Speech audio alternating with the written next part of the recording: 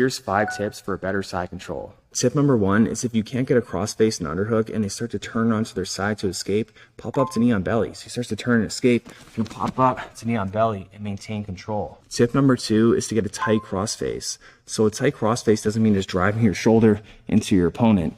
It means to get your bicep deep on their neck. So we want to really reach nice and deep like this and then pull them towards us to turn their face away. Tip number 3 is to isolate this arm. So ideally we want an underhook, but it's not always possible.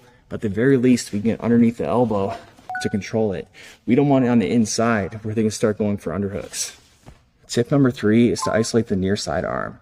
So we can isolate it either by bringing our knee underneath it, like this, or our knee over it, like this for a staple. Tip number 5 is to stay tight on the hips. We don't want to have all this space here where you can get the bottom knee in. We want to be tight on the hips. We want to be nice and close to the hips, and ideally keeping their hips pointing away from us.